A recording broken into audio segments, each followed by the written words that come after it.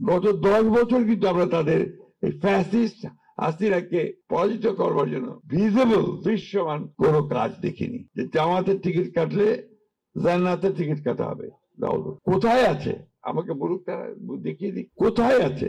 এবং এটা ঠিক না, ধর্মকে ব্যবহার করে রাজনৈতিক ফায়দা নিয়ে নেওয়া, এটা কখনোই আপনার ইসলাম এই কথা বলে না। এই কথাগুলো আমি এই জন্যই বলছি, যেগুলো সমস্যা হয়ে দাঁড়িয়েছে কথাগুলো বলছে সবাই, এই কথাগুলো হচ্ছে জনগণের সামনে আসা উচিত, বেশি করে আসা উচিত।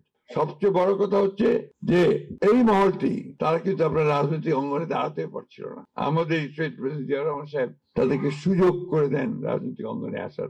আইডিয়াল নামে প্রথমে এসেছিল, মনে আছে, ইসলামিক ডেমোক্রেটিক লীগ। তারপরে তারা কাজ করেছেন, আমাদের সঙ্গেও কাজ করেছেন, আমরাও তাদেরকে নিয়ে কাজ করেছি। কিন্তু দুর্ভাগ্যক্রমে গত 10 বছর কিন্তু আমরা তাদের এই ফ্যাসিস্ট হাসিনাকে পরাজিত করবার জন্য ভিজিবল দৃশ্যমান কোনো কাজ দেখিনি।